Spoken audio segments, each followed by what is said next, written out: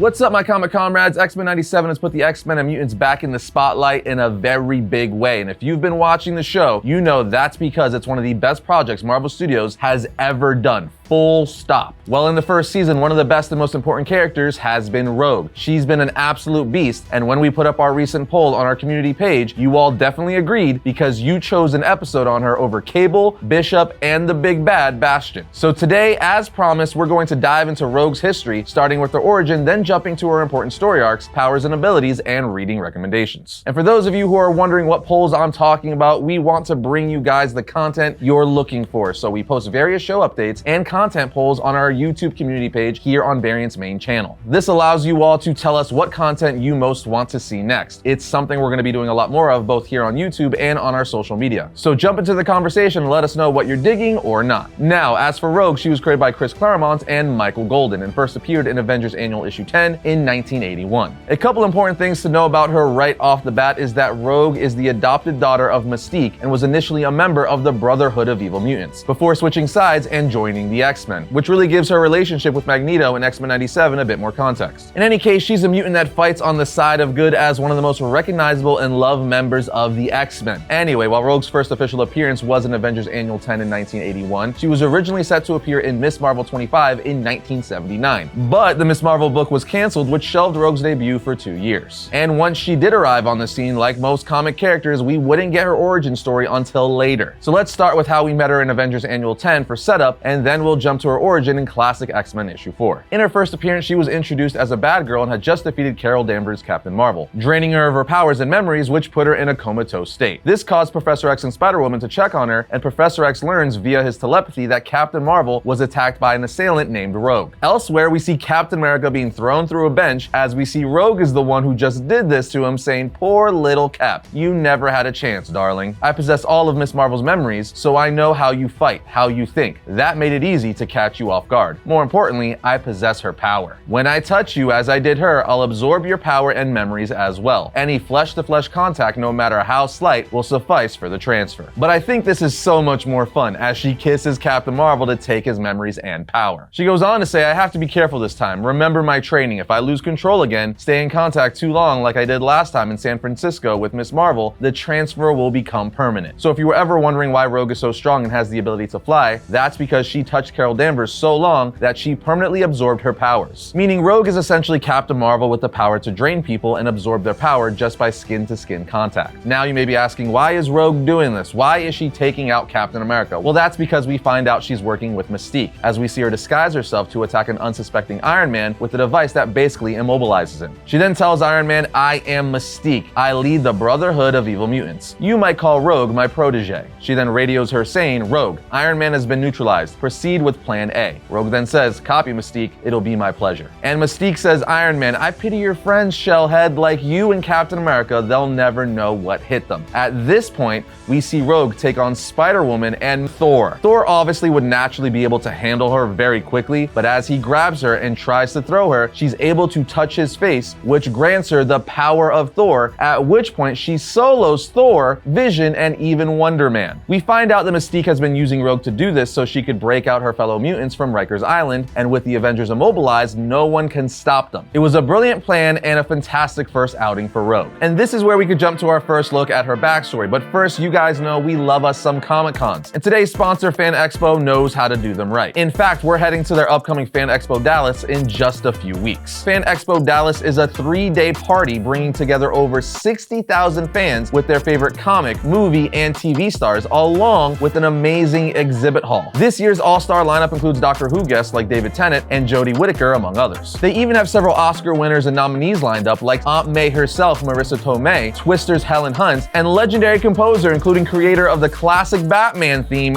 Danny Elfman. There will also be a special Wolverine 50th anniversary experience with Andy Kubert, Frank Miller, Steve McNiven, and Frank Cho, as well as dozens of other world-renowned comic creators. This con is going to be packed with pop culture nerdy goodness, including some of your favorite anime and animation voiceover artists, gaming stars, cosplay cosplay galore, tattoo artists, and everything in between. Not to mention, we'll be there on the show floor talking and hanging out with all of you. So let us know if you're gonna be there. It all goes down June 7th through the 9th in Dallas, so get your tickets today. Just visit fanexpodallas.com/variant. And if you get the Ultimate Fan Package, you'll get a limited edition blind bag of Detective Comics 27. Again, to snag your tickets, just click the link below and we'll see you there. Okay, back to Rogue. As I mentioned, it wouldn't be until Classic X-Men issue 4 that we started getting some backstory for her. In the issue, we find out Mystique is essentially Rogue's adopted mother, living with her along with another mutant named Destiny. This is also the issue that gives us one of the most pivotal moments in Rogue's life, a turning point for her. Not only did we find out in this issue Rogue in her youth lived with Mystique, but this is also the issue that tells us the tale of that infamous kiss she had with a boy she liked. You see, the beginning of the issue opens up with the title of the story called Her First and Last. We see her hanging out with a boy named Freddy as they're riding bikes. Rogue falls off her bike, at which point he says, "You landed as good as a cat," and he starts chasing her playfully, saying, "Come here, kitty cat," as he goes in to kiss her, but she says, "Cut it out. I'm having fun. Don't ruin it." As she throws him over her shoulder, Freddy says, "Kissing doesn't ruin anything. Kissing's fun. Meet me at the cliff later." She says, "No, I can't. Now you go home, Freddy." He says, "So you're saying you'll be there?" Mystique comes in touching Rogue's shoulder saying, "Rogue, darling." Rogue says, "You were spying on me?" Mystique says, "I've warned you. You must be strong and stay away from boys. You know you can't touch them." Rogue puts her hands over her ears saying, "Shut up, shut up, shut up. I can have boys. I can have whatever normal girls can have. I want to love. I want to play." So clearly Rogue and Mystique have had this conversation before, which is the real reason why she didn't let Freddy kiss her, as we see this is clearly affecting her as it would anyone. As Rogue runs away, Mystique says, "Your power is special. It can be used to help us. There's a mission we need you for. You can do more important things than play." Rogue says, "You don't understand. I don't want to go on any mission. I want to be normal. I want to play. There is nothing more important to me." Mystique yells, "Stay away from that boy or you'll be sorry." Destiny then comes out saying, "I would advise caution. Rogue is not like us. She's different. She may be a mutant, but she will reject our mutant brotherhood when she understands that we embrace some darker ways." We are then taken to the cliff where Freddy asked to meet, and like he said, she showed up. She then starts swinging on a rope that's hanging from a tree over a cliff, which Freddy previously warned her not to do as only boys swing on it. But Rogue's like, "That's about to change." As she starts swinging, she decides to joke around saying, "Oh, save me, save me," at which point Freddy catches her in his arms and goes to kiss her again. She pushes his face away saying no. He says, "Oh, why not? You take risks everywhere else. I dare you." She then stares at him for a second before grabbing the back of his head, pulling him in for a kiss. But what Freddy didn't know is that he was basically about to receive the kiss of death, because mid-kiss, his eyes start to roll to the back of his head and he passes out as Rogue in horror says to herself,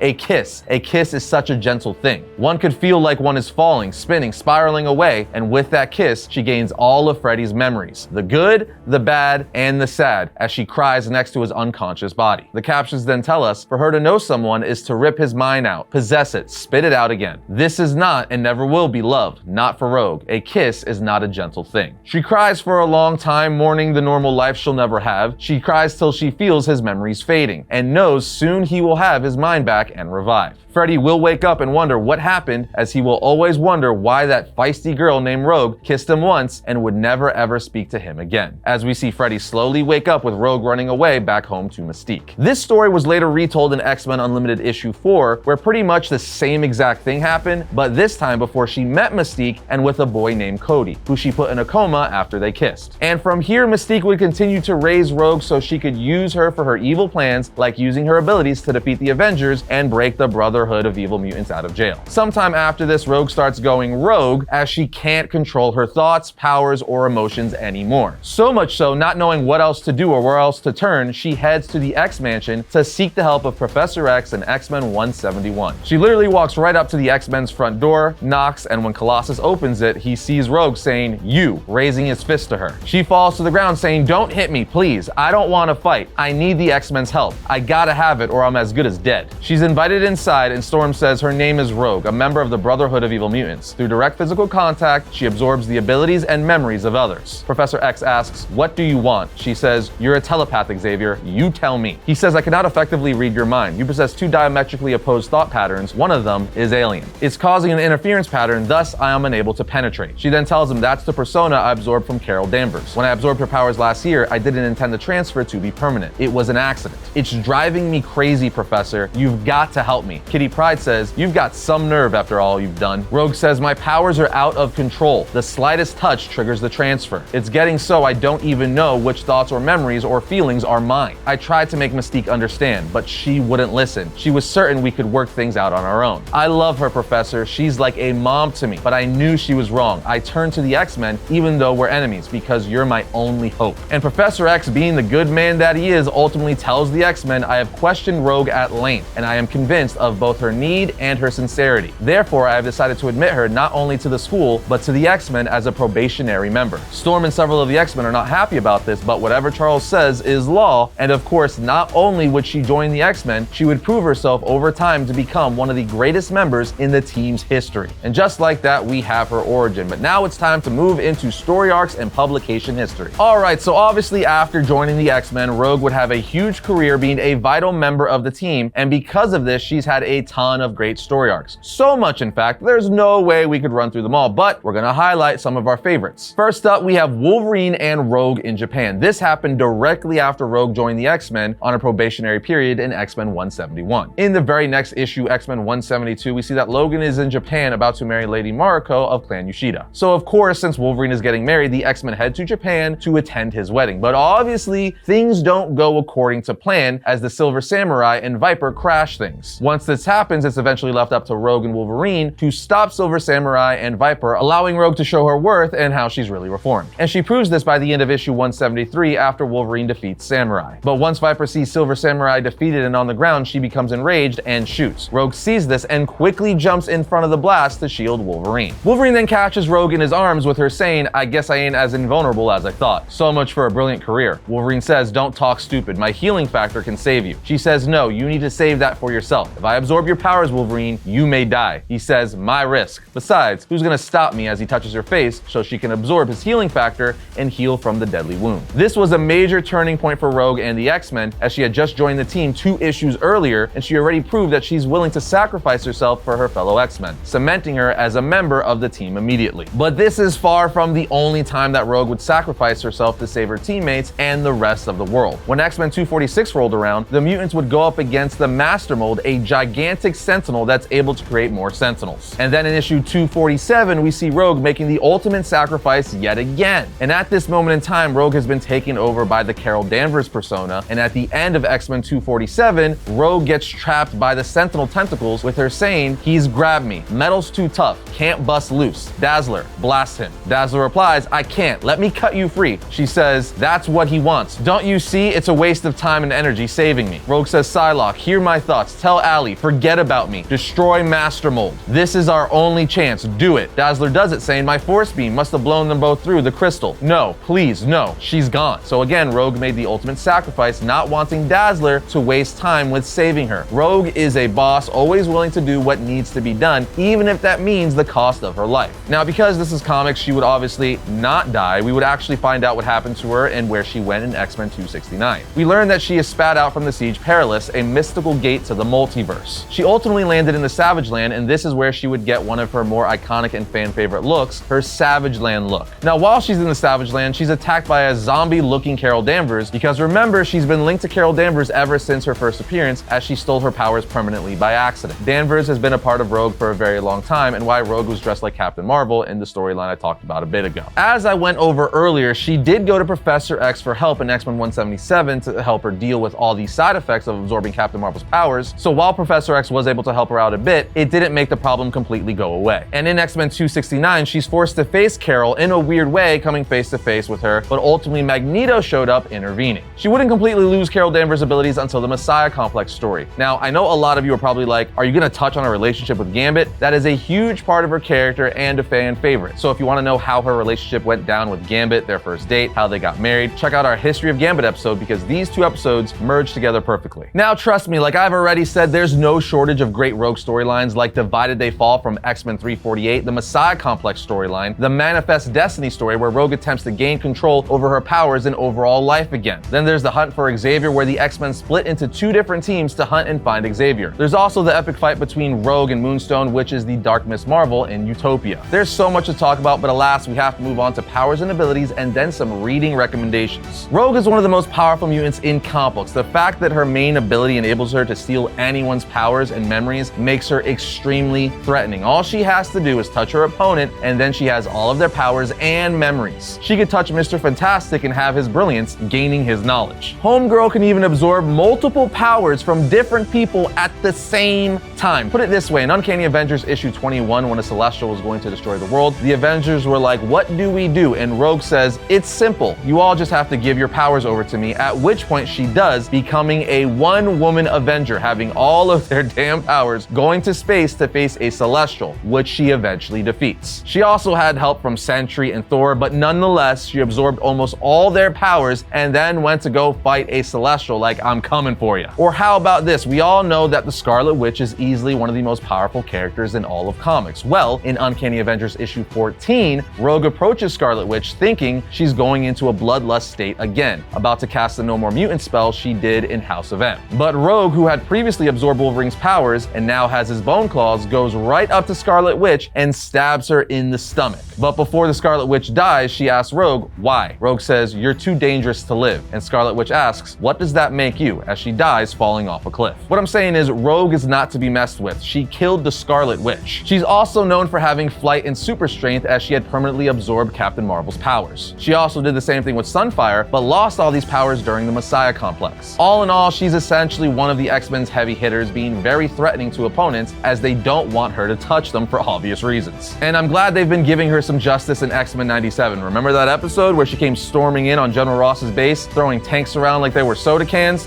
Yeah. She's a beast. But how about some reading recommendations? Check out Avengers Annual Issue 10, X-Men 171 through 173, 2004's Rogue Solo series, The Uncanny X-Men 269, The Uncanny Avengers Issue 1, The Age of Apocalypse storyline, and Messiah Complex. That should be enough to get you all started. But that wraps up our history of Rogue, friends. She's one of the best mutants to ever join the X-Men, and a character we're excited to see further develop in the Marvel Universe. But what do you guys think of Rogue, and what's your favorite thing about the character? Let us know down in the comments. And if you dig this episode, make sure to like and share it with others. It really helps us grow. Other than that, we'll see you next time when we talk about all things comics.